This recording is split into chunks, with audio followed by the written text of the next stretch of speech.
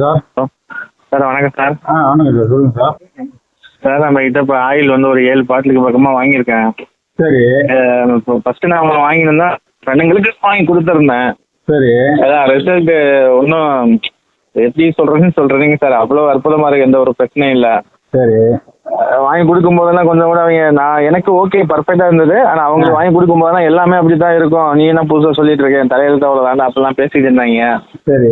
அதான் அங்கங்க வாங்கி இந்த ஒரு டைம் சான்ஸ் நீ யூஸ் பண்ணி பாரு, அதுக்கப்புறம் நீ வந்து தப்பா இருந்தா நீ சொல்லுங்க ஏத்துப்பேன் அப்படி மாதிரி பேசியிருந்தேன் சார். ஆனா இப்போ வந்து ஒரு 1.5 மாசமா யூஸ் பண்ணிட்டு இருக்கேன். நல்லா சூப்பரா இருக்குது, எந்த ஒரு பிரச்சனையும் இல்லை. சரி. ரிசல்ட் அருமையா சார். எல்லாமே அதான் சொல்ல சொன்னாங்க. அவங்க ஃபோன் பண்ண சொன்னேன், ஆனா நீயே பேசி அப்படின்ட்டாங்க. சரி. அதை கூச்சப்பட்டு வெளியில பேச மாட்டேறாங்க சார். ரொம்ப அருமையா இருக்கு. அந்த சுடர்மணி தையெல்லாம் வாங்கியிருந்தேன். இப்போ நல்லபடியா யூஸ் பண்ணிட்டு இருக்காங்க. நெக்ஸ்ட் என்னன்னா இப்போ அந்த நீங்க அந்த அந்த என்ன அந்த பூனைக்கல்லி சூரன் சொன்னீங்க பாத்தீங்களா? ஆமா. அது போன டைம் நான் உங்ககிட்ட சொல்லான்னு பார்த்தா கொஞ்சம் லேட் ஆயிடுச்சு, அதான் சொல்ல முடியல. சரி. நான் வெளில போயிட்டு இப்பதான் திருப்பி சென்னை வந்துட்டேன். எனக்கு அந்த பூனைக்கல்லி சூரணமும் எனக்கு அந்த அமுக்குரா சூரணமும் என்ன அட்ரஸ் உங்களுக்கு அனுப்பியிருக்கேன். நீங்க அதை 2 அனுப்பிட்டீங்கன்னா அந்த சுடர்மணி தைலமும் அது ஒன்று அனுப்பிடுங்க. 3 ஐட்டம். அது 3 ஐட்லையும் ஃபர்ஸ்ட் ஒன்று வேணா அனுப்பிடுங்க. அனுப்பிட்டு அவங்க வீட்டில் எப்பவும் போல பணம் வாங்குற மாதிரி அங்கே வாங்கிக்கோங்க சார்.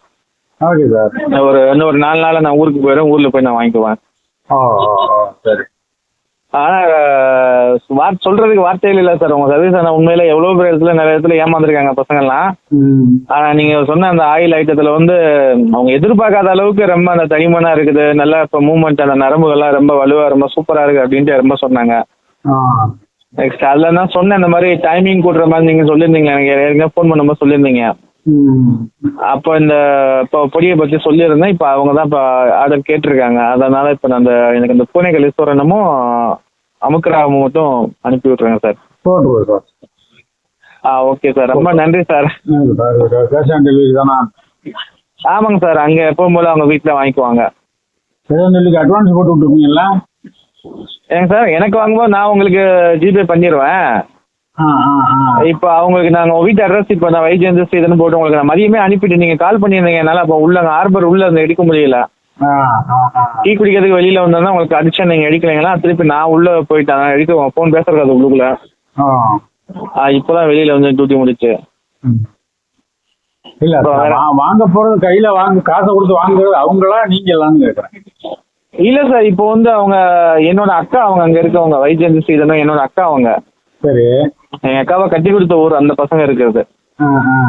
அது எங்க அக்கா வீட்டுக்கு போயிட்டாங்கன்னா அவங்க வாங்கிக்குவாங்க. இல்ல அதாவது இப்ப என்ன சொல்றேன்னா, இப்ப இந்த கேஷ் ஆன் டெலிவரி எல்லாத்தையுமே அட்வான்ஸ் வாங்குறோம். அப்படிங்களா? 300 ரூபா. அப்படிங்களா? அப்போ நான் இப்போ உங்களுக்கு வேணா 300 ரூபா ஜிபே பண்ணிட்டுங்களா? பண்ணி சிம் கார்டை போட்டு அப்படி அட்ரஸோட. ஓகே, அட்ரஸ் உங்களுக்கு அனுப்பிட்டேன். இப்போ இந்த நம்பர்ல 300 ரூபா ஜிபே பண்ணிட்டு அதை 3 ஐட்டம் நீங்க போட்டு விட்டுருங்க.